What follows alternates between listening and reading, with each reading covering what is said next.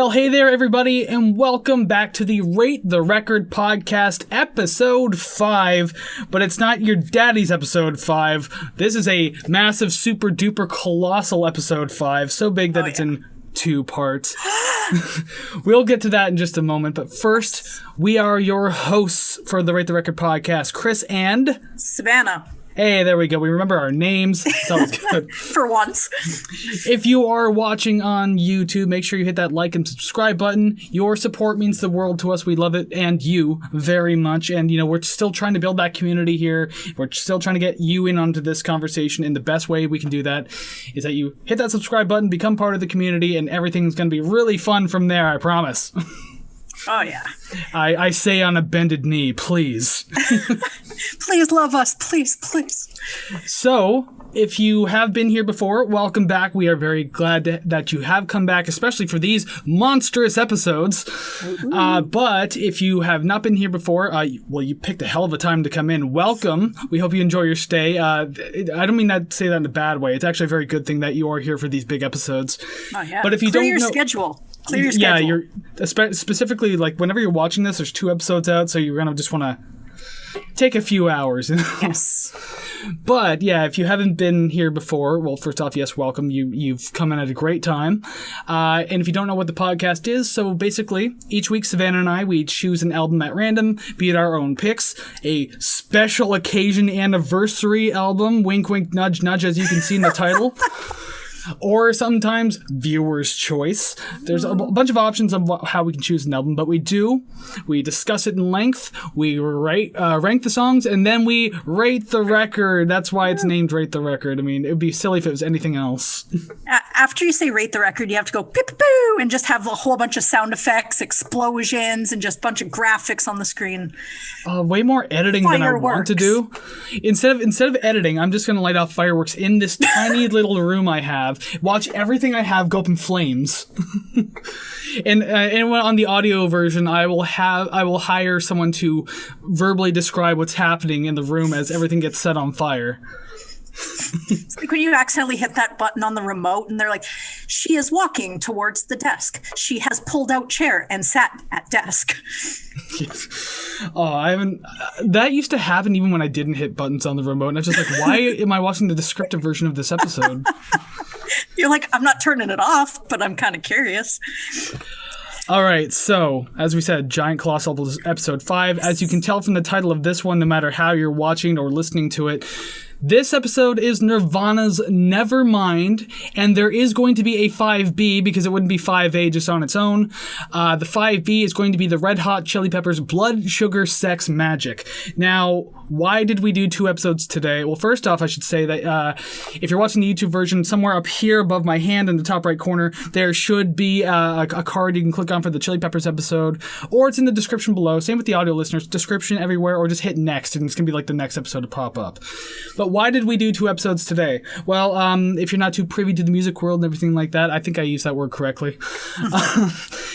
Basically, September 24th, 1991 was a big day for music, especially like the rock scene, because both of these albums turned 30 years old on September 24th. They were both released on the exact same day, and they just so happened to be each band's most prolific, influential, and just most important album in their discography. So we couldn't choose just one to do, and we didn't want to wait too long to release the next episode, so this is a very, very rare occasion where we're going to get 2 episodes in one day. It's like Christmas, so Christmas already. Yeah, you get 2 presents under the tree, you're like, I'm being spoiled. Exactly. But yes, this one is Nirvana's Nevermind, so make sure you tune in the next episode. After you're done listening to this one, go listen to the Red Hot Chili Peppers' Blood, Sugar, Sex, Magic, or if you for some reason watched that one first, welcome to this one. So before we get too deep into the album, though, we do like to give a disclaimer to make sure that we're all on the same playing field when it comes to, sharing our opinions, thoughts, and ideas on these albums. We don't want any bullying. We don't want people to feel left out of the community or anything like that, so we do have this disclaimer, and it is the following. The following thoughts and opinions we are going to discuss regarding this album is strictly of our own personal interests. We are not professional music reviewers. We are simply two friends having fun, discussing, and listening to music. We encourage respectful discussion and friendly banter of each episode, but we do not condone and will not tolerate bullying or belligerence based on the opinions of ourselves or others. This podcast is a casual and for fun project, and you're welcome to take what we say regarding the albums we rate with a grain of salt. There you go. I'm starting to even do my own actions while I read it now. I can only see out of the corner of my eye, like, moving. I'm just like, okay, she's doing what I'm doing. She's miming it. I went a little hard on the don't bully, but I think I got the point across.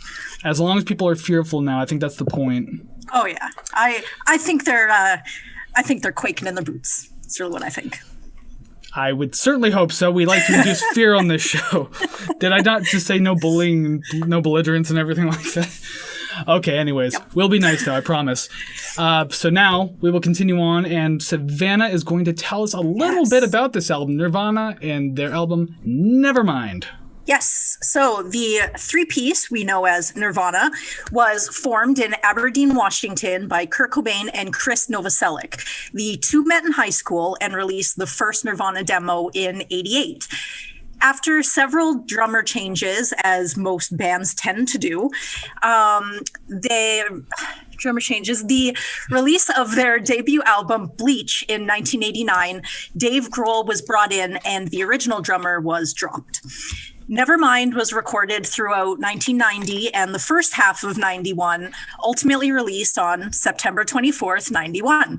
Recorded in California and Wisconsin, Nirvana went on to achieve diamond status in the States, selling over 10.6 million records, which would not be surprising if it was more than that now. And they hit number 1 on the Billboard 200 chart. Nevermind is said to have kicked off the grunge movement, but others say it was well on its way before the album's release. Yeah, there's always like a lot of debate amongst that, but I mean, like, if you were to think of like the Mount Rushmore of grunge, which I mentioned during the Pearl Jam episode, that's an episode 1 callback for everybody. Yeah. Nirvana is probably on like the head, like the front of that Mount Rushmore. Like, you could say what you will, but like grunge wasn't mainstream until this album came out. That's true. So like Smells Like Teen Spirit kind of blew everything up. Oh yeah. And even just the music video is just sort of very, I don't know, indicative of the time. Yeah, and I mean, like the long hair, the Value Village style clothing, the angsty, smoky teen Jim. Yep, yeah, the long, stringy, just unwashed hair. Oof. I guess before we dig too deep into Smells Like Teen Spirit, we should tell people now that we are indeed now getting into the album discussion portion. Yes. Yes. The longest portion, but it's also very fun because we just get to say what we liked and didn't like about songs, everything like that, blah, blah, blah. I'm pretty sure you've heard this all before, and if you haven't, you're about to for the very first time. Heck yes. So speaking of Smells Like Teen Spirit, it just so happens to be the opening track of this album. I mean, like, if you haven't heard this album going into this, and this was the song to introduce you, like, chances are you've already heard the song on the radio at the very least. Oh, heck yes. So you're already being kicked off with a very familiar, catchy track. So, yes, Smells Like Teen Spirit, Nirvana. What did you think about it? Well, it was kind of hard to look past the fact that I've heard this 1,000 times, and I'm not sure that that's even an exaggeration. But for, I guess, an objective sort of, well, I don't even know if I'm using that word properly, but for me, I like the opening guitar riff. I like that it's just itself. That's it. You can tell it's amping up to something. If you've never heard it before, you know that something is going to happen afterwards. And I kind of like that. I like the quick build up to just the drums and everything kicking in. I think that, like, along with like Deep Purple and everything, this is one of those songs that I think a lot of kids will learn when they first pick up a guitar. Like, you'll learn Smoke on the Water, you'll learn Iron Man, you'll learn Wonderwall, and you'll also learn Smells Like Teen Spirit. Like, it feels so fitting. But I also did write in my notes the exact same thing you said. Like, it's hard to get around the the immense fame of this song. Like, if you don't know who Nirvana is, you know what Smells Like Teen Spirit is. And so it's hard to listen to this song with a fresh set of ears now, and trust me, I tried. Yeah. But the one thing I will say, like, yes, the song is super catchy. Like, you can remember this forever, even if you can't make sense of the lyrics. I mean, it gets kind of nonsensical. Now, is it just me, or maybe I didn't look at like the radio version of this, but I don't remember this song being 5 minutes long. I wrote that too. It does not feel 5 minutes long at all. And when I checked it never it, I was felt like, that way. Yeah, not even once. I checked the time. I was like, there's no way. Like, that's weird. I'm imagining that. I guess that the radio version's likely shorter because they probably just shorten certain sections, I would imagine. Especially like the outro, they probably take some of those denial parts out. Like, I think there's fewer portions of that in the radio edit. But yeah, like, I don't know, because I was unaware it was 5 minutes, it didn't feel like anything was different. I was like, is it really 5 minutes? Yeah, even if they cut something out, personally, I didn't notice at all. Yeah. So. The only other real note I have for this, because again, it was hard to have notes going into a song so well known, but that you could say that about a lot of songs in this album for real, though. Oh yeah. But I could say this about pretty much not only just this album, like any Nirvana album. So every time I have an asterisk in my notes, it's like it covers the entire album. I mentioned in past episodes that some bands just have a unique vocalist that you couldn't imagine anyone else doing it. Kurt is just that. Because like he obviously has that voice that's kind of frail. He really tenses and pushes his voice out like to the point where it sounds like it's hurting his throat. Yeah. And he goes out of tune a lot. But the thing is, I'm not even saying that it's a bad thing because it fits what he's doing. Like it's grunge and like people kind of like that messy style, obviously. So it works and it sounds good. If his voice was in any other band, it would sound kind of weird. But like, I couldn't imagine someone singing Nirvana because then they would want to do it like clean and it kind of takes away from the image. I definitely agree. And it adds the emotion of like listen to me, I'm pleading, I'm screaming at you. Like I like that. And the cracks in the voice, the being out of tune, I totally agree that it's right on. Yeah, you hear those squeaks in his voice so often, like even in later songs when like he screams and like has that like kind of like the squeak of a kid hitting puberty or something like that. So like your voice is dropping, but you occasionally get that jump back up. You hear that in some of his screaming. Again, I'm not making fun of him because it absolutely works for this type of music. Yeah. But yeah, that is kind of interesting that it's so raw and like real, I guess. Like there's no polishing it. It's just this is the way I'm singing. I wouldn't be surprised if he did try to do it all in one take. I was just going to say that, yep. I don't think he was too much of a perfectionist when it came from this stuff, and I think notes like that will come up a little later in the review as well. Because actually the next song, also a very well-known Nirvana track, In Bloom. Yes. It's definitely less aggressive than the previous track, but it's still kind of like heavy enough to carry that energy through, so it at least had that going for it. I used to really like the song, but I don't know whether my tastes have changed or if I'm just exposed to more of their catalog.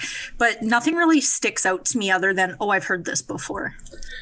Yeah, and actually to tie into that, because one of my notes is like, this song is catchy, but it's not as catchy as Smells Like Teen Spirit, for example. Yeah. So, I mean, going through this track, it's not a terrible song, but yes, I'm exhausted with this one too.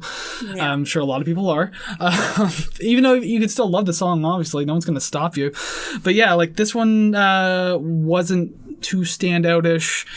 I know it, obviously, because I've heard it a billion times, but other than that, the only thing I could really say was like Dave Grohl's fills in the sections between the choruses and the verse. I really like that kind of stuff. I like how he's kind of like just showing himself off a little bit. Even though I think in a recent interview he just talked about how like a lot of his drum fills are just rip-offs. Yeah, I saw something like that, like the beginning, like the do at the beginning of Smells Like Teen Spirit. He's like, I just stole it. And that was it. And I'm like, well, at least you're open about it. At least you're honest. But yeah, I think Grohl's fills were like probably the most standout portion of the song, and a song that didn't really stand out too much. And the only other note I have really is that this is kind of one of those things that goes across the entire album again. It's weird hearing a messy guitar solo with so much polish on it. Because obviously Kurt's not like pro soloist. Like I think we can all agree on that. But like what he does do again fits the genre, fits the style of music, fits the punky way he wants to present things, and that's fine. That's great. I like it. But when you hear it like production wise, and it sounds way cleaner than it should, it's just like he probably didn't like that either. I can definitely see that. It's a lot of like squealing and kind of, I don't know, slightly off-putting sounds, but it sounds, I don't know, it sounds fluid. The tones are very clean. Yeah. I mean, it's not as messy and as raw as you would want one of his solos to be. And I think I remember watching or hearing something a while ago where he was in a battle with record companies because he wanted to make a really messy record, but they're like, no, it has to be clean and commercial friendly, blah, blah, blah. Yeah. So, this is his way of trying to get through to that, but then the record company's like, okay, let's just clean up some of that distortion. There we go. Yeah. Just a little spit shine it and then send it out. Yikes. Don't need any spit from the record company. We're good. Yeah. All right, so the next track, let's just keep going with these familiar tracks. Yep. Yeah. Come As You Are. I like this song. Just certain parts, I guess. As a whole, again, same with In Bloom. It's something I've heard a million times. It just sort of goes in and comes out. It's not really, I don't know, doesn't stick with me after I listen to it. I guess on the good side, I like what is it in the intro, a guitar or bass? It sounds like it might be a bass because it comes in later in the song. The intro of this song? Yeah. It is Kurt's guitar. Oh, is it? Yeah. Okay, because I think later in the song I hear it underneath a solo, so I wasn't sure if it was just the bass continuing on. Oh, it might just be layering for the album then. Oh, okay. Because I like that. Yeah, because like it's a 3-piece, but like you'll find the bands do that a lot. They'll like layer guitars over top of a solo, even though there's only one guitarist. Like Rush does that a lot, for example. So I mean. Oh, and I guess live they had Pat Smear, so they would always have a second guitarist. Yeah, played, just right? to fill out the sound a little more. Because it does sound a little weird if you hear a live band, and there's not that extra layering guitar. So if you're playing a solo and the bass is the only thing backing you up, it's like this suddenly feels a little naked. It's kind of weird. Well, that makes sense. So that tone, I like it a lot. Yeah. Just something super minor that I hate it. When he is repeating like memory, and he doesn't change the tone of his voice, he just does it the same 4 times. I'm like, just add a little bit of salt to that because it sounds bland, and it's bothered me so long. I hate it. I have a feeling that's going to come up in other songs as well. Yeah, it might. I don't like that part. Okay, so what I have written, again, being such a familiar track, I've suffered complete fatigue of this song. Yeah. Maybe not as bad as In Bloom or Smells Like Teen Spirit. I don't know. I don't really know where I sit on that fatigue scale.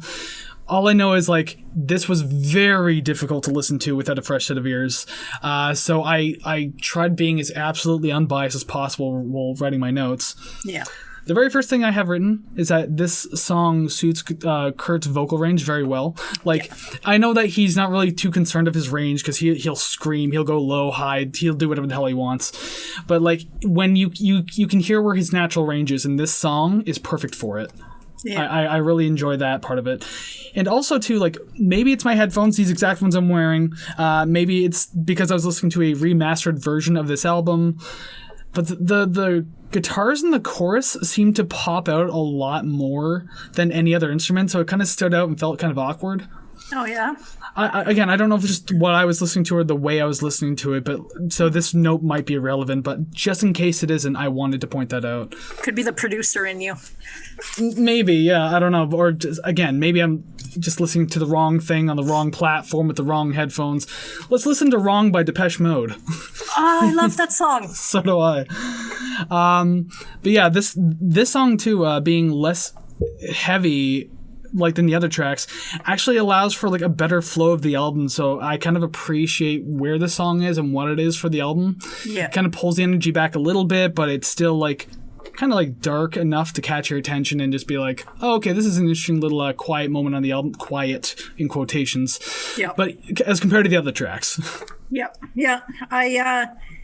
Yeah, I don't have much about "Come as You Are" other than I just really like the tone of the intro guitar bass. I still no idea, but I like that a lot, and it's easy for me to kind of look over things I don't like in it only because there's something about that tone that's just pleasing to my brain. I like it. If I had to guess, like obviously they EQ'd it a lot, but there's obviously an effect called chorus on the guitar. Mm-hmm. Some people just say chorus, but it's chorus.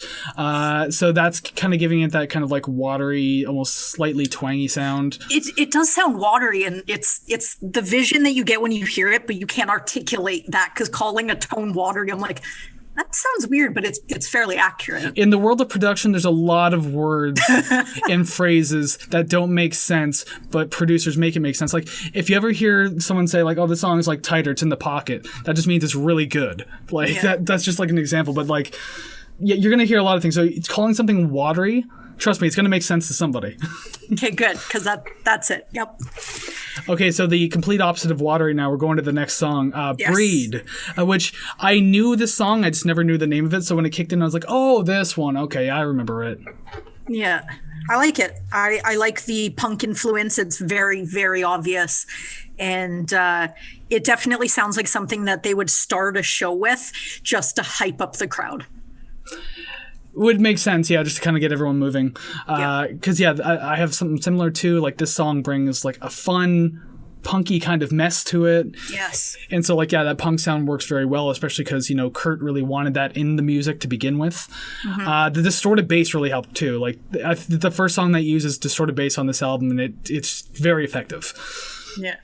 But even this song being short, because I think it was under 3 minutes, if I remember correctly. I think so. The song kind of felt like a long stretch because there was no real change or division point in it. It was just like one long stream of consciousness type thing. Yeah. But I will say the runtime serves it well, though. So this, I'm probably going to say this for another track or two on this album, but this song's runtime was great because being any longer, song would have suffered. Oh, yeah. And especially if this song was like 3.5, 4 minutes long, it would have... Well, like, especially having that punk sort of quickness to it that you expect it to be over soon. And when it does go longer, you're kind of like it's instead of a sprint, it's like a marathon. You're like, I'm running. Like, where is the finish line? I'm getting exhausted now. But if you sprint, you're just like, okay, we're done. And that's it. Exactly. So I like that. It definitely screams first song at a gig. So I like that. If you want true punk spirit, don't write songs over 1.5 minutes long, because 1.5 minutes is considered pushing it.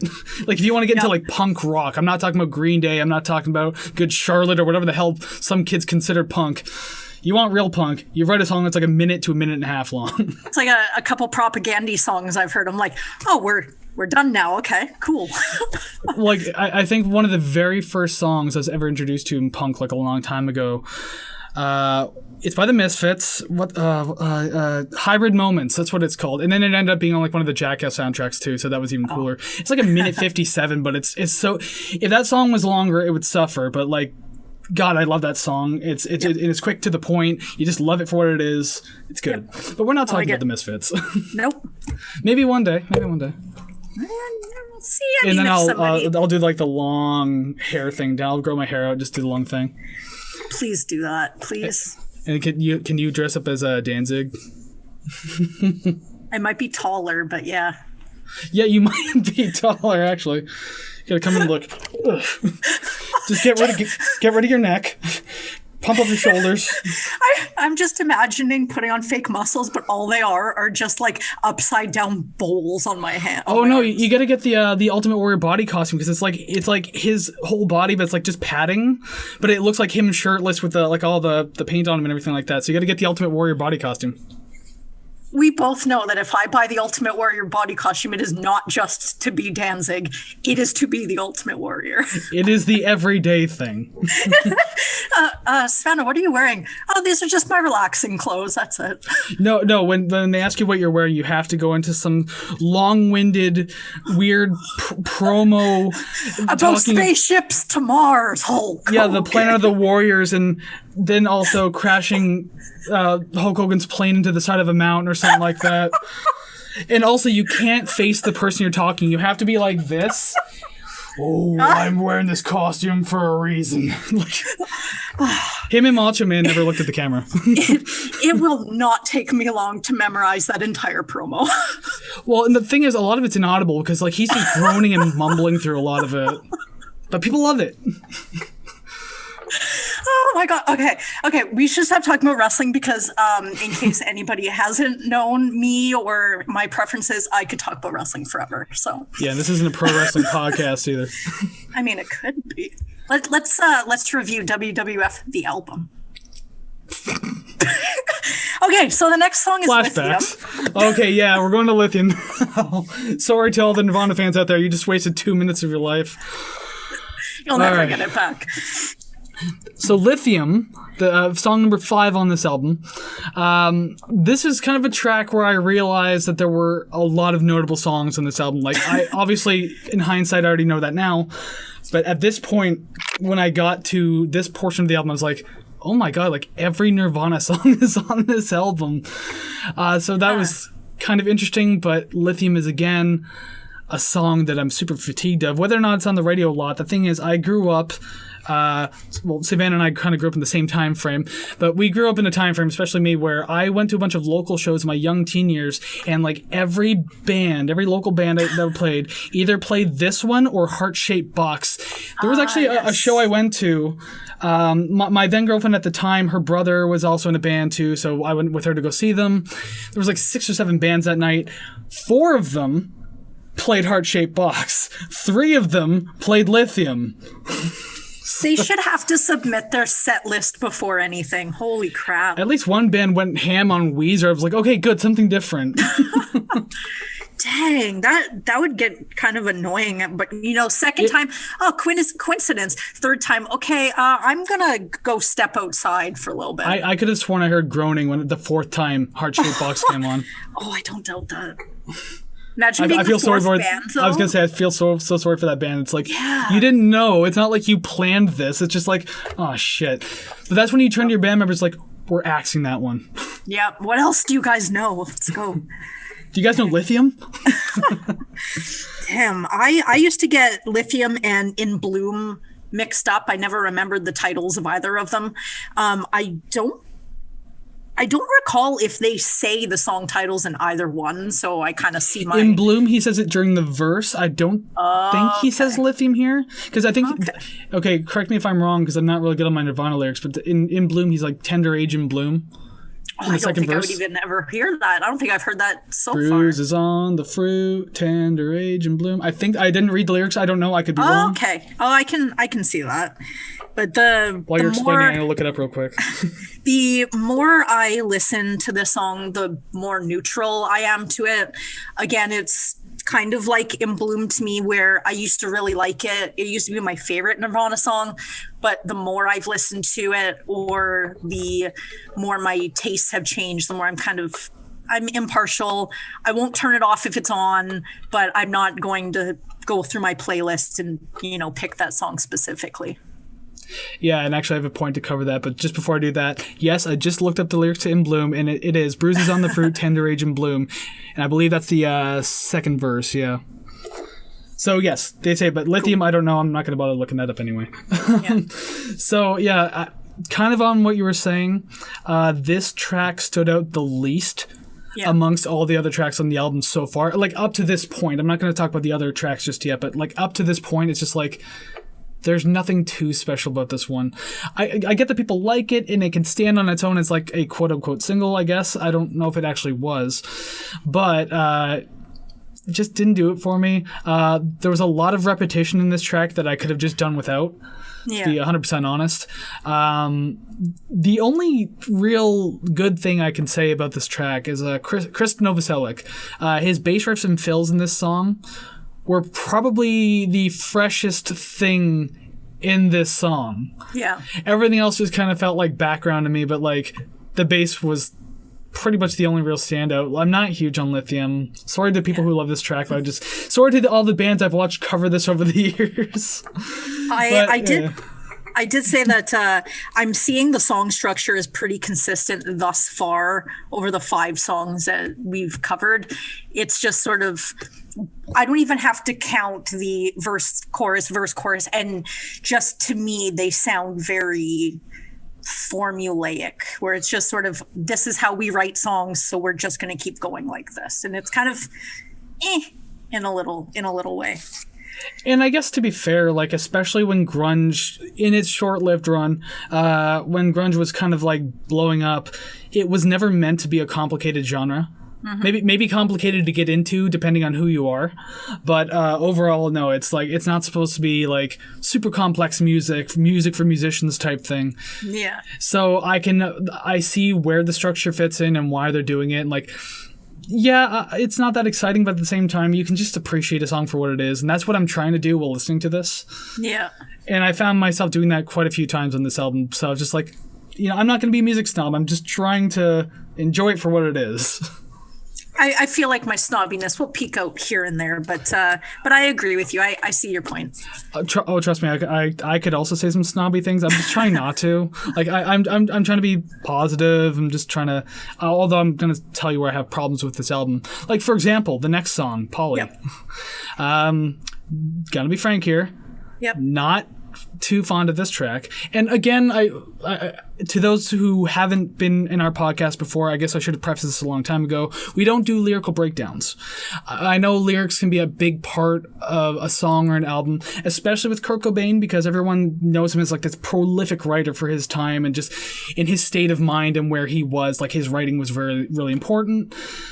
I get that, but we don't have the time to go into lyrical breakdowns on the show, especially with like someone like Kurt Cobain. I mean, One day if we ever cover Elliott Smith, try to get me to break that down. Like I'll be here forever. So I understand where Polly can stand with lyrical context, but without it, it's just not sitting well for me. It's a little too minimal for what's already been a really energetic and kind of noisy album. Yeah. I don't mind the breath of fresh air spots, as we always mentioned in the other albums, but this one was just it felt like it was like a weird this one to me felt like a weird filler. It's like an in studio like mic test before they start recording the next track. I can see that. I did like the acoustic track being a welcome change, whether or not middle of the album or not, just listening to them do something acoustic is kind of nice. It is sort of a brain change for that. I liked that the bass came in 2 minutes into the song. That's when I realized the song is about 4.5 to 5 minutes long. And I'm like, holy crap. Wait, Polly? I think so, because I'm pretty sure that there was still 2.5 minutes when I looked down to see when the bass came in. Hold on, Googling, because now I'm like puzzled. Yeah, I mean, not saying that you're wrong. I could be wrong, but I think because the thing is, I wrote a note about it being short. Oh, really? Well, maybe I'm wrong on this one. Maybe I can own you right here on the podcast. As if that's the first time. To all the audio listeners, I'm pulling up my phone again to fact check Savannah here. Well, I guess I'm just going back to the bass coming in. The song would be incredibly boring if it didn't come in where it did. It was very minimal up until that point. Then you hear the bass come in. It's pretty good. I counted 3 crash hits and nothing else. There were no drums, no nothing. I feel like Dave Grohl came in, hit it 3 times, said, all right, I'll take my $200 now. And that's I believe he did background vocals on this track, though. I think he does like the higher falsetto harmonies. Oh, okay. I didn't quite hear that one. Because I know like during the Unplugged sessions that Grohl was doing a lot of the backup vocals. Yeah, so I would imagine him on a different track. Yeah, I think that he was doing backup for this, but I could be wrong. And yes, Polly, 2 minutes and 57 seconds. It's one of the shorter tracks. Because I have a note. I win.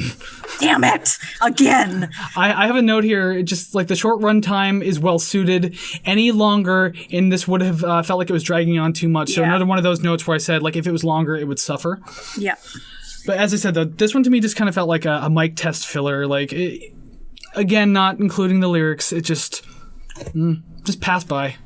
Okay, so just to go back to where you owned me, I I was looking at the total time of the song. I was looking at the 2 minutes and 53 seconds it is, and thinking that was what was left in the song. So I will take this L and wear it proudly. Well, you have no choice. To the review. Hey. Okay, so what I'm going to do now is behind me over here, from now on, I'm going to have a big, dry erase board of how many times I've owned Savannah on this podcast. Another reason why you audio listeners should be listening to the YouTube version. And one day it's just going to be full of ticks. It's like, I need a second board. Yeah, and then on your side, there's going to be maybe 3. Maybe 3. Yeah, you'll have one behind you. There's once every few months, there's just one tick. It's like, okay, you got me on that one, but can I refer you to all these ticks behind me? I don't have ticks. This is hurting. We're going off the rail again, but you know what? It's funny because I guess we'll move on from Polly. I don't know if there's much more to say on it. Not really. This is the point in the album now where I think things started to pick up. It got more interesting for me personally. So we go into track 7, Territorial Pissings. I really like that name. Again, you get this happens a lot. This has happened so far a lot in different songs that different albums that we've covered, where there'll be a quiet track and then something super energetic to follow. And obviously there's a formula to that, and there's a reason why bands do that. Yeah. And I will say, the super messy guitars that start the track are very exciting. I really like it. It picks the mood back up. It's fun, and just it kind of gets you back into that. Okay, we're having we have energy again. We're not taking a nap. So I love the pickup of energy and aggression right in the beginning of this track. It's definitely another very punk-influenced, very short song where it's fast, it hits you, it's gone. That's it. And you're just like, what the hell just happened? Yeah, but I have a short and sweet punk-style track. I have that exact note. Yeah, because of that, it feels like they wrote it in 20 minutes. It just feels like they spit it out and they're like, this is what we're going with. Thumbs up, we're great. I hate the singing intro. I get the sense of humor. I get the, setup, but I don't know why certain songs that just have a off-key singing intro, whether this song, excuse me, or any other, I hate it. I hate it all the time. I don't know if that was picked up on the mic, but there was a huge crash upstairs. I think someone just moved a chair or something like that. So the special guest in the podcast up there, whoever's upstairs. But yeah, with this song, I agree with a lot of that because it's just a fun, quick, punky track. I like the kind of out of tune vocals. You are right. It feels like they wrote this in no time at all. It feels like the producer of the album came in the room. It's Kurt, we need 2.5 more minutes of music. And then just we were just fucking around with this one thing. And then this became a track on the album. It's a short and sweet track. It also it does feel like a filler, but at least it's fun and a little chaotic. That spices things up. So actually, I enjoyed a lot more because of that. And this is, again, another one of those songs that if it were longer, the song and album would suffer. Yeah. So it's perfect for being, I'm looking at the list here on my phone, 2 minutes and 22 seconds. Yep. There you go. To me, it felt shorter than that. Maybe because by the time I started okay, I like this, getting into it, it was nearing the end of the track. So it sort of felt a lot shorter. But I don't know. For me, it didn't feel like it was a filler track. And it's very surprising that it didn't really feel like many tracks on this album were kind of filler. It kind of felt like they were all there for a reason. Mm-hmm. But I definitely agree with, if it was longer, it would be kind of it would sort of go into filler territory where it's why is this here? What is it trying to say? Yeah, it's a song that doesn't need any sort of unnecessary guitar solo, even Cobain's style of messy kind of solo. It didn't need it. You don't need adding anything else would just take away from the energy that the song is just pushing forth very quickly. Yeah. So yeah, it worked for what it is. I really like this song. Actually, I like how quick it is. I like how it made me feel. So yeah. Territorial pissings in a box. In a jar. Gross. Talking about pissing in a jar. Speaking of pissing in a jar, did you notice the Easter egg of Malibu Ken in the background? Looks like cheese. Oh, it looks like cheese. I think what we should start doing, everyone can hear this, it's fine. What we should start doing is for the YouTube version, every once in a while, put something in the background that's an Easter egg to a previous video. Ooh. Except for when we do Rush, and like I literally have all this stuff here. I'm just like, oh, well, here's a fly-by-night Easter egg that's been there forever. I'll just hang my multitude of T-shirts as my background. That too. Although you don't have much more of a background than I do. Like I think I'm further away from my wall than you are. Oh yeah, I'm directly in front of mine. Yeah. Well, one day, you know, when you're able to get the more space for the wall, you can have like a table further away and like have more stuff behind you. Skeletons everywhere. Skeletons. Hello, King. Farewell to King. Skeletons. All right. Okay. So we've been doing this a lot so far, just trailing off. But this is where the album's getting good, though. I promise. Yes. Okay. So number 8, Drain You. How do you feel about this track? I like it.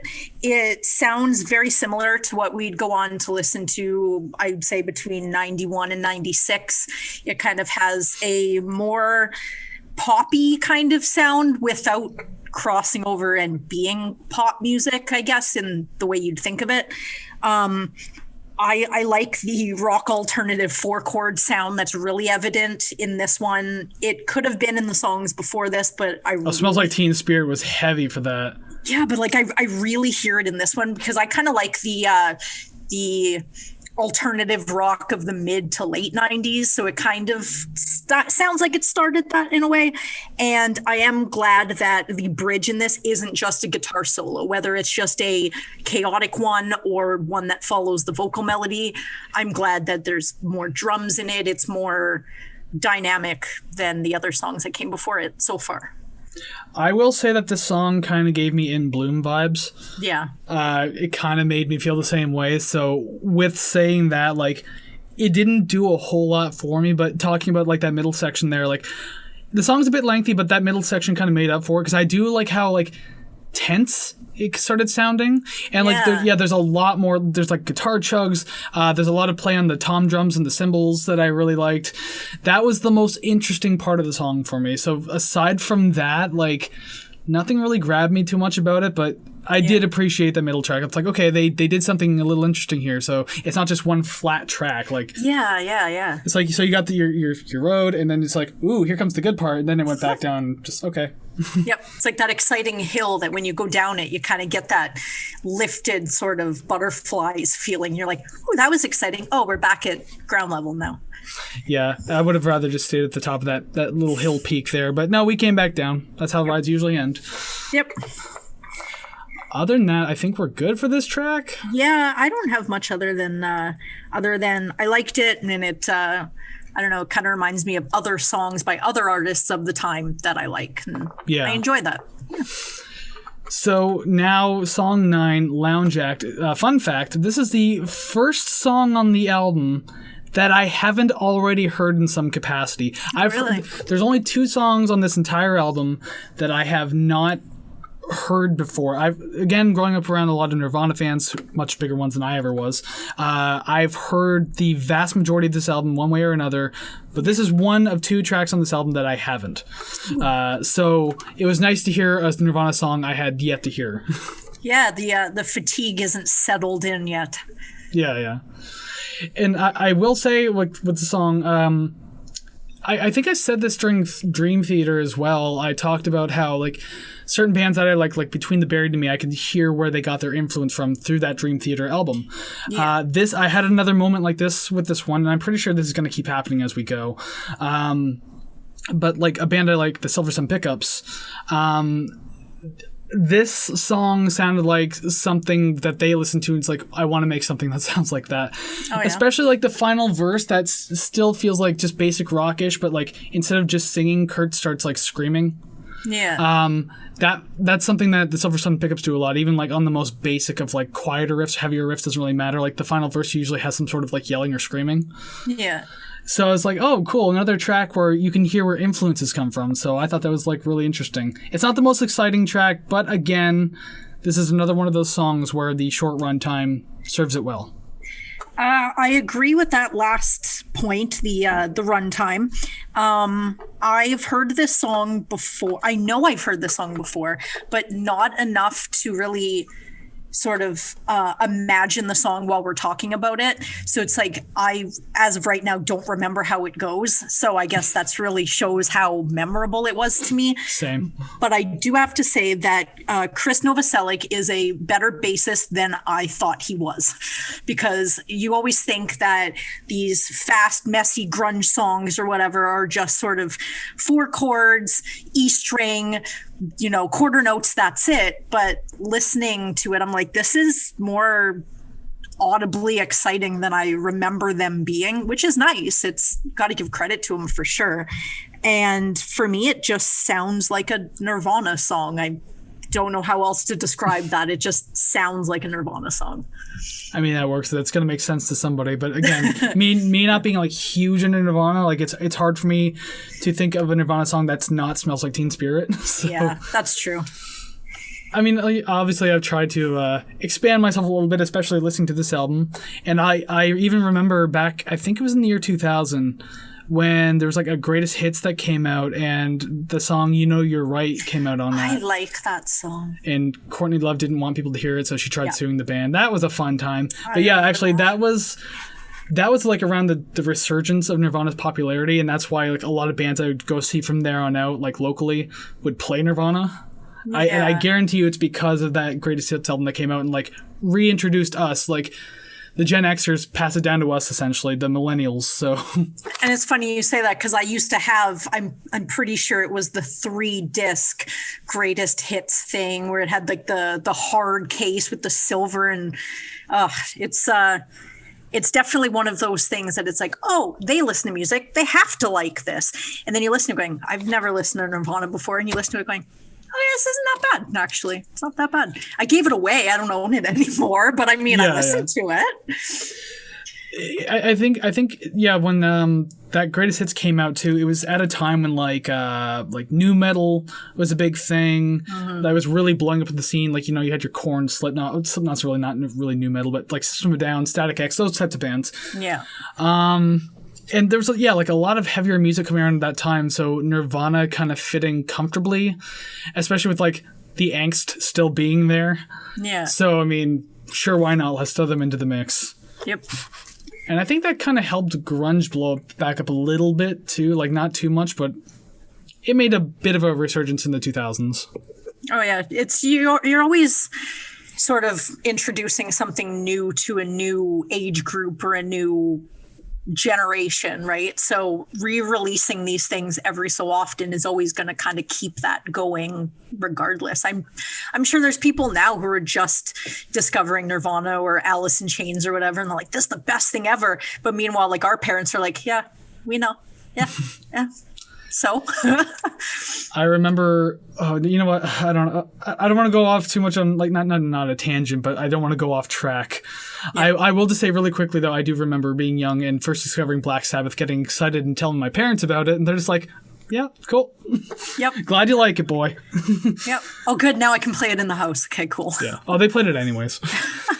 All right. So number 10. Now that we can finally get to I think this is going to be a longer review just because we keep trailing off. Number 10, Stay Away. This track just kind of blended in with everything else. So, okay. I don't know. I didn't feel too much about it. I liked it. Just sound-wise, it's definitely something that I could just put on, my Google Home and do housework. It's nothing that I'm going to sit there and sort of... okay, like I really want to listen to this with headphones. It's just something I'd hear on the radio or whatnot. It felt definitely like a formulaic song where it's just verse, chorus, verse. Like, I don't know. I noticed that only because I think personally I don't listen to a lot of songs that are like that. So when I do hear it, I notice it, I guess. But in the intro, the bass and drums totally sounds like No Doubt Sunday Morning. That's what I got from that. I listened to it going, okay, I like the song, but at the beginning, I just wanted to listen to No Doubt because I like that song. I think we already missed the 25-year anniversary. I think it's 25 years of Tragic Kingdom. I think so, yeah. We missed a big anniversary album. Doesn't mean that we won't do Tragic Kingdom, but I mean, like, it just can't be for this anniversary because we already missed a special day. Yeah, 5 more years. Or maybe even sooner. I don't know. We'll see. Okay. But yeah, I will say, like, as much as I felt this song kind of blended into the rest of the album, it did still have a bit more of a fun and unique approach to it. Yeah. Like, it did sound a little more interesting in its composition, and I like that kind of like breakdown type of ending where like the detuning was happening. It just got really crunchy and messy. I like that kind of stuff, and I mean, I can be kind of picky with it, but I enjoyed listening to that. So that kind of bumped the song up a little more for me. If it wasn't for that, I don't know how well I would have rated it, but because of that, it helped. And like, I don't know, that's the best part of the song to me, was literally the ending. Yeah. Well, you had to listen to the whole song just to get to the good part, right? Well, and didn't you say, I think it was last week, that this show was starting to teach you to listen to more than 30 seconds of a track? Yeah. Because I could hate the beginning, but I'm like, all right, the middle or the end is pretty pleasurable to listen to. Yeah, you got to find that treasure in there somewhere. Exactly.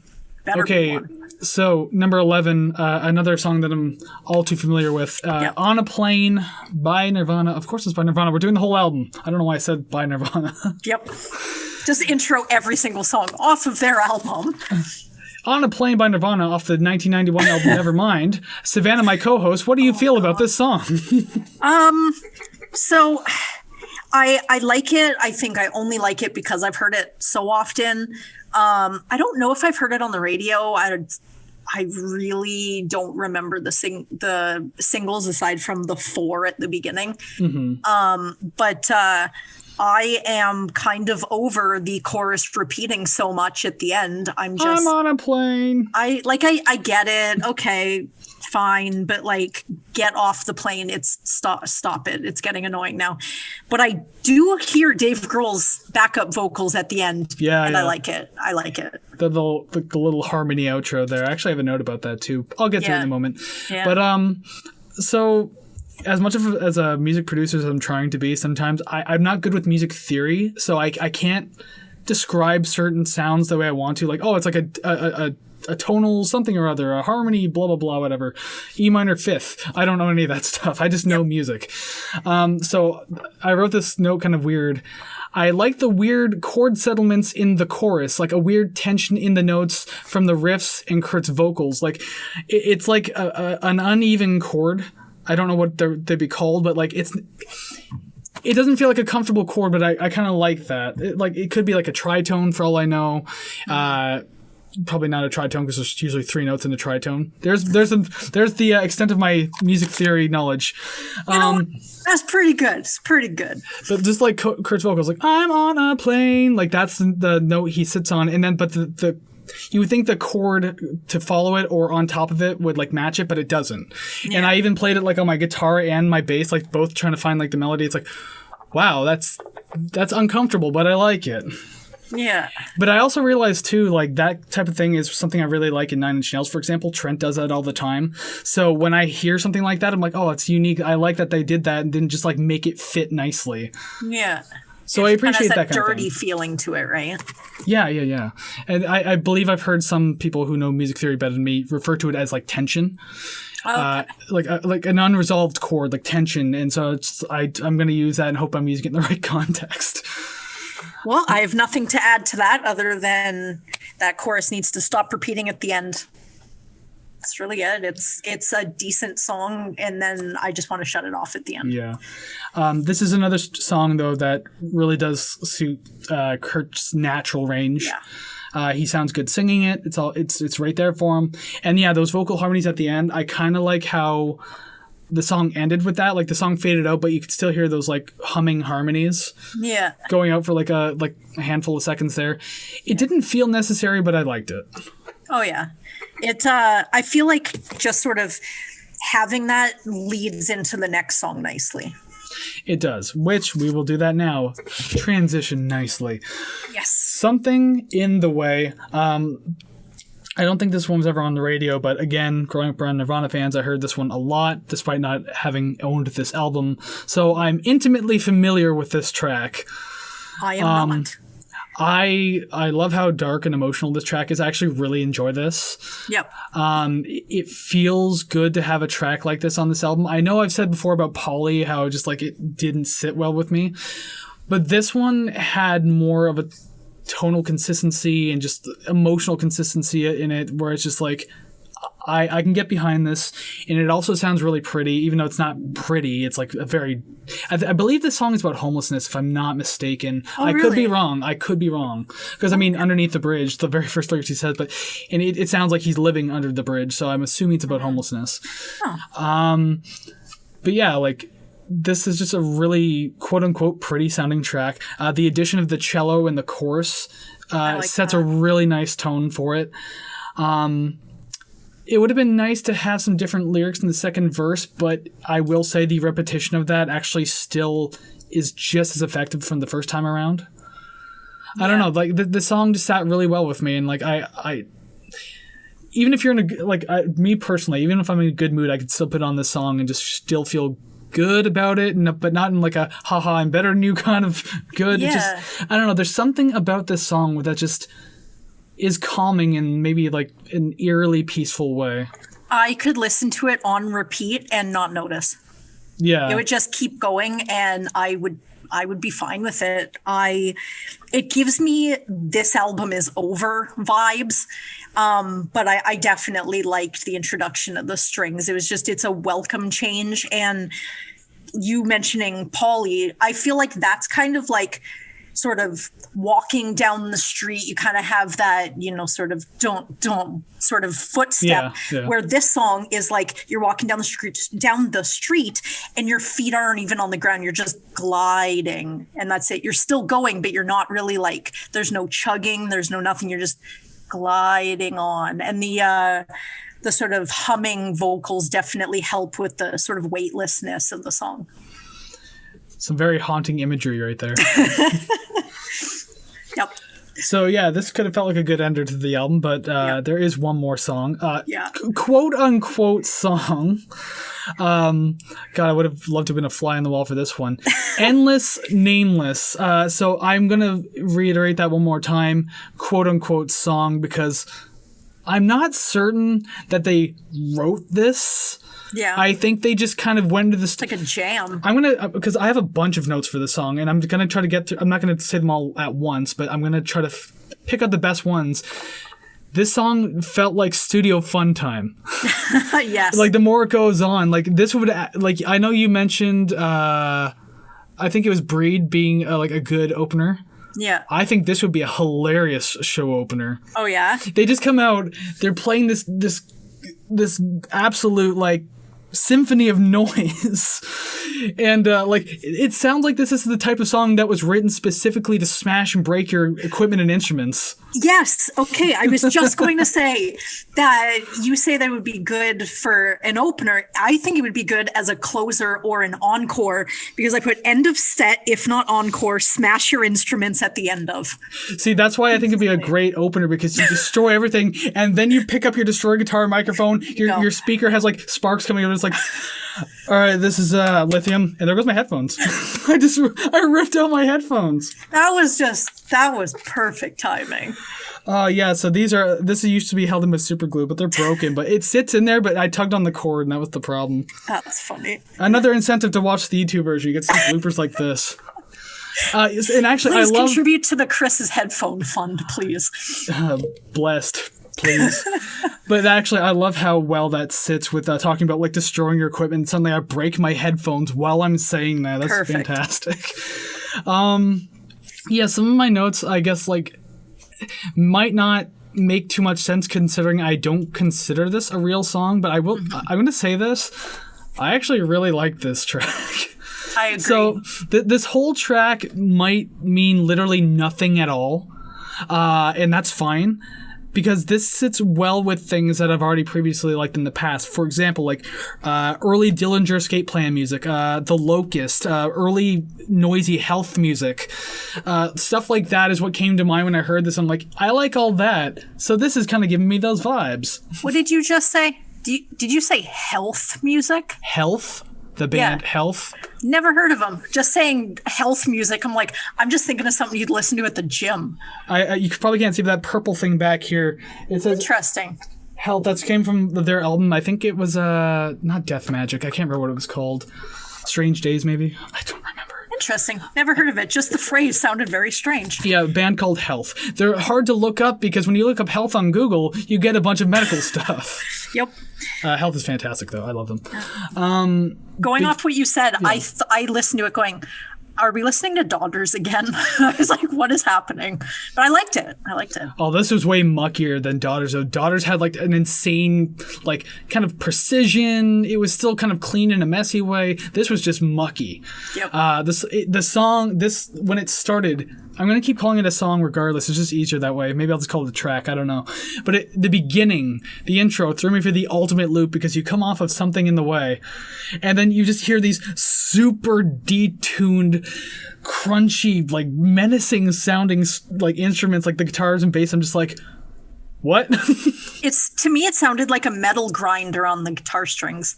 Oh, he was probably, I imagine like Kurt specifically, probably like just pressing his guitar super hard into an amplifier or something like that, just like rubbing it up and down. Yeah, scraping it on something. Like this, and like speaking of Kurt too, like the screaming that he kind of does with the noise. I'm not even certain if he's singing real lyrics. I didn't even look it up, but as I said, this is like studio fun time. I don't think he was singing anything of importance, but everything suited well and was exciting because you're just like, wow, this is pure chaos. Like, this is an insane way to end the song. It had a really bizarre quote-unquote chorus. Like, again, you don't know what anything is in this particular track, but I'm guessing this was either just written to fill time or they just had a mess in the studio to record between sets. I don't know. I wish I was a fly on the wall for this one. Well, I mean, when you're paying for studio time, you're paying for studio time, right? So maybe get whatever you can out. Well, again, because I feel like I've watched some Kurt Cobain interviews and like watched some documentaries talking about like how, as I mentioned earlier, he wanted to make like noisier, raw punk sounding albums, but like being part of Warner Brothers, I believe it was. No, not Warner Brothers. That's the next album, Red Hot Chili Peppers.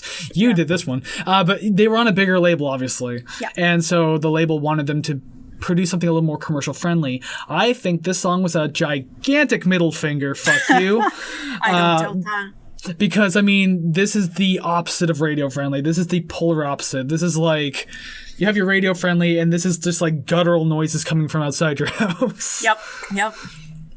And I like it. And actually, one of my favorite parts of the song is around the 3-minute mark. There's like this weird guitar moaning sound. That's the best way I can describe it.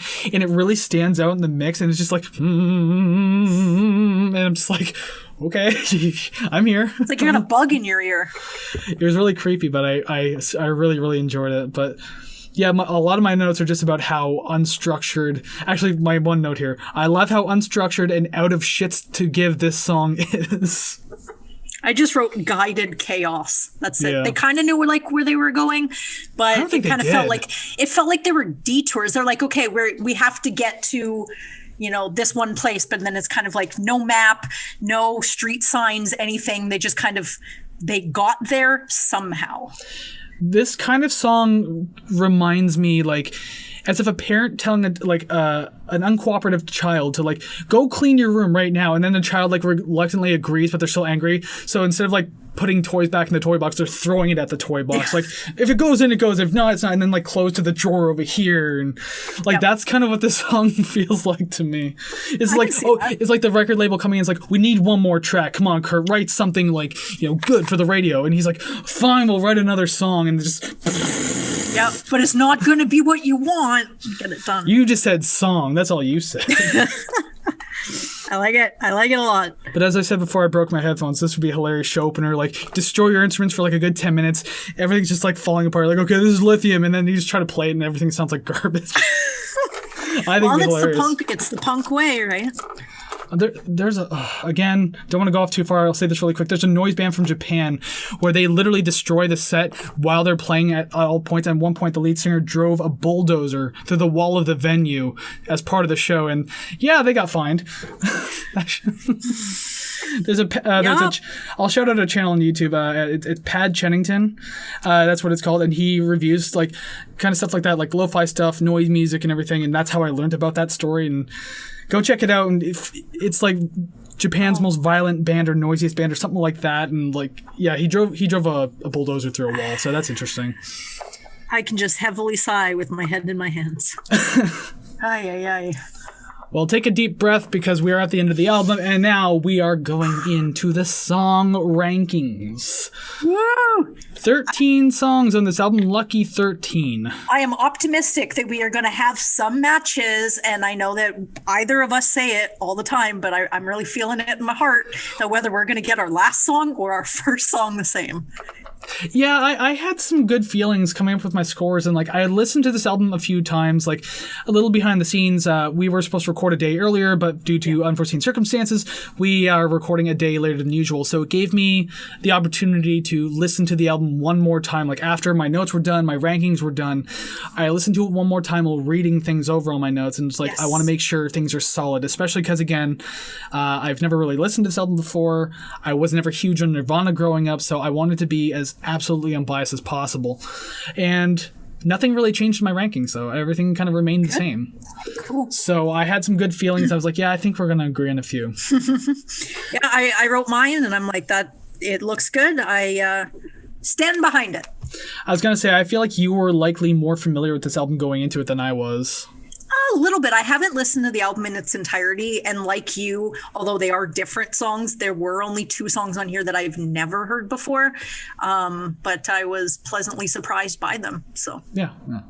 And actually, on that note too, I should mention that there was one of 2 songs that I didn't know, and obviously Endless Nameless was the second one. The first one was Lounge Act. Yeah. Endless Nameless number 2.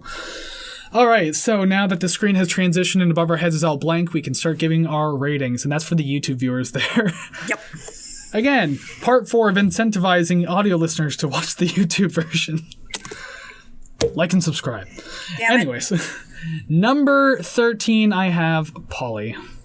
I have Lithium. Okay, hold on. I'm going to write down yours, because again, if no one out there knows, I have to write down Savannah's picks so that way I can properly put them in above our heads. Yes. My number 12 was Lithium. Mine is Come As You Are. If yours was Polly, that'd be too much. Come As You Are. Yep. Okay, so my number 11, Lounge Act, the one of 2 that I hadn't heard before. I have to say that my bottom 4 are the singles, and my number 11 is In Bloom. Okay, I'm also looking at my list to see where that all falls to. So mine was Lounge Act, yours is In Bloom. Cool. My number 10 was In Bloom. Mine is Smells Like Teen Spirit. Okay, I'll just write teen, whatever. I'll know what the hell that means when I'm editing. And I'm not saying that I don't like any of these. It's just I like the ones at the top of the list more. I'll still listen to these. They're just not as brain stimulating as the other ones. Well, I think we had similar notes too when we did Pearl Jam. We did the 10 album. For people who don't know, episode 1, go check that out. Awesome album, obviously.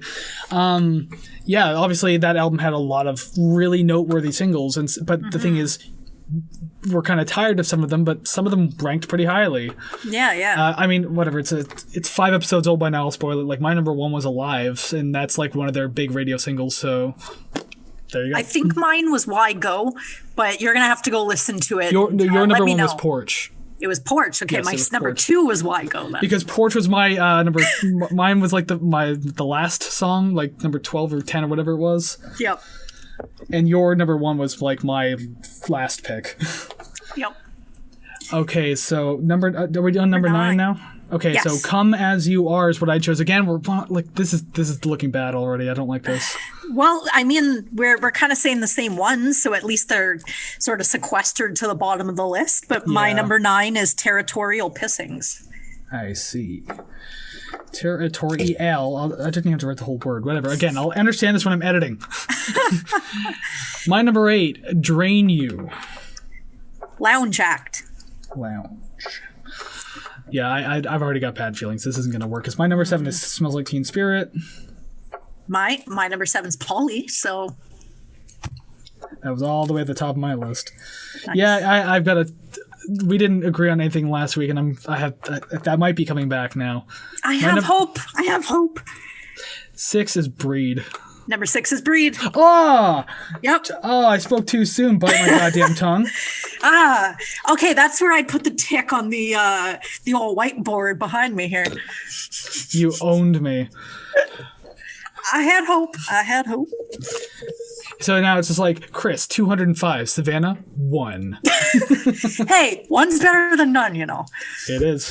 Fashionably late with your scores. Number 5, Stay Away. On a Plane. Okay. When you put your fingers up, I was like, did we do it? Did we do it? On a Plane. I am getting excited for number 1, though. Don't. Damn it. I'm going to kind of spoil that already. So my number 4 is On a Plane. Wow, we were like one off, like for the vast majority of this list. Yep. My number 4 is Drain You. I have to drain you like I should. What? Wrong song? Okay. So my number 3 is Endless Nameless. Stay Away. Yeah, so we're not matching up here anymore. Damn it. We have one. Damn it. Oh, wait, no. I keep writing my answers on this paper. This is specifically for your answer. Stay Away. Number 2, Something in the Way. Endless Nameless. Freak. Okay, so my number 1 is Territorial Pissings. Something in the Way. So here's the funny thing with my top 3 here. Like, they were all essentially scored the same, very highly. Yep. And I sat there for a good, like, 15, 20 minutes, like, last night, shuffling them around, just like, do I like this one more than the other? This one more than the other, blah, blah, blah. And, like, this is the order I came in. I think I chose Territorial Pissings just because, like, again, short and sweet track, really fun and exciting, just, like, super cool punky vibe. There's not a whole lot you have to catch on to, but, like, it's great for how it is.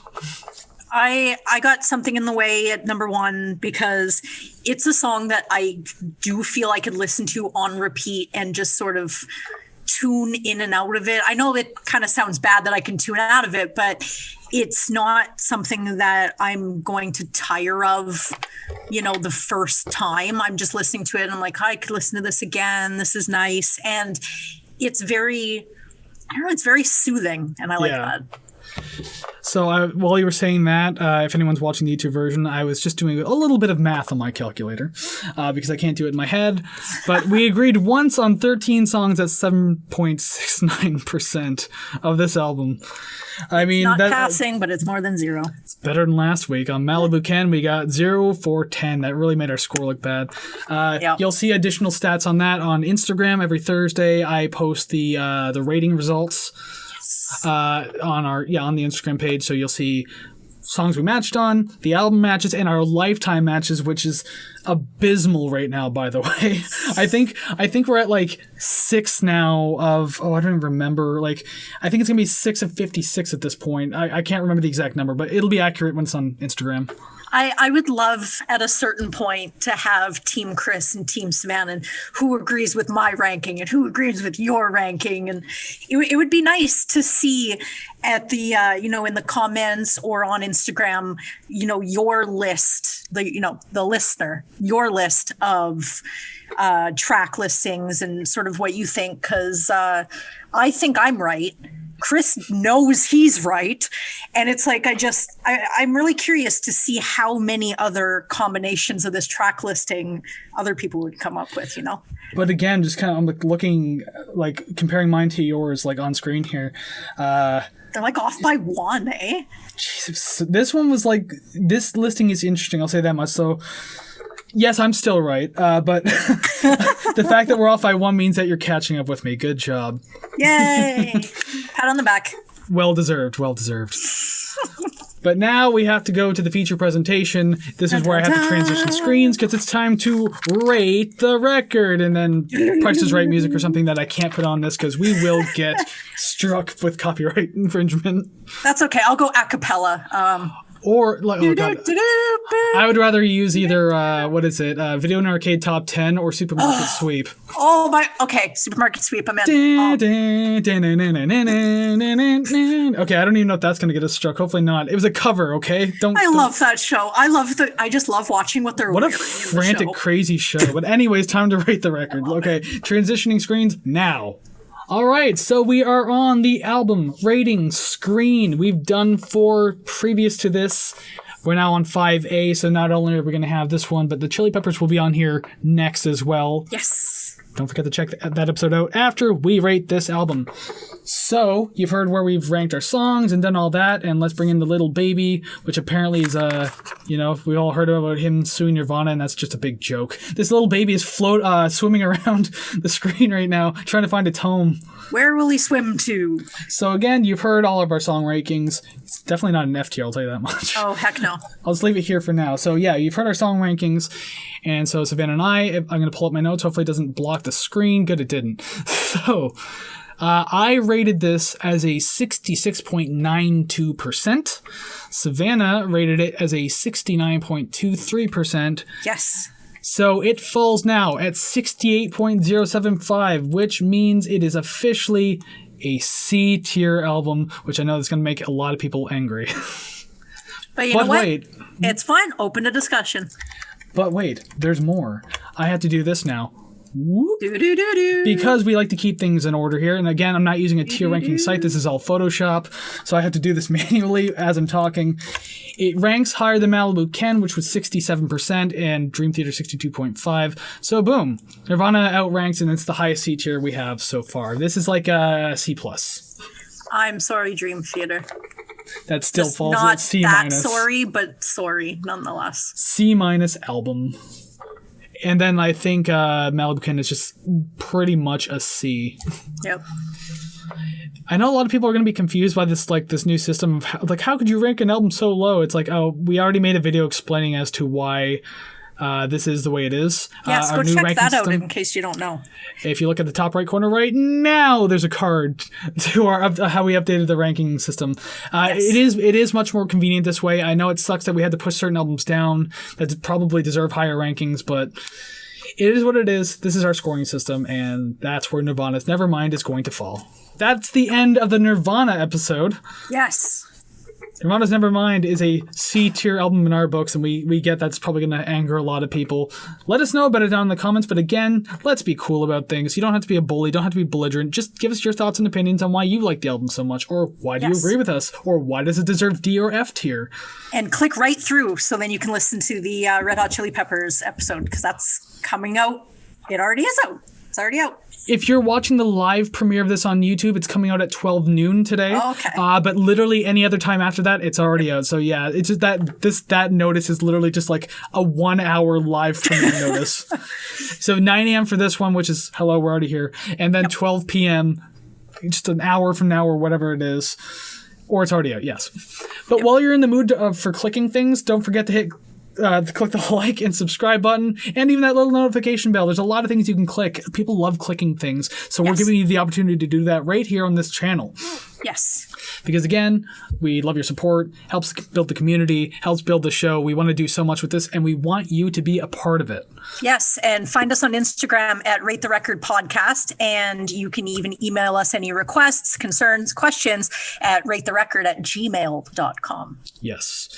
Or if you still happen to have a Facebook, which I know a lot of people don't anymore, but Rate the Record Podcast on there as well. Twitter, we kind of keep up with, but it's Rate the Record if you still want to follow it anyway. Yep. And I guess we should say, we have a TikTok too. We now have a TikTok. We've had it for a little bit now as when this episode comes out.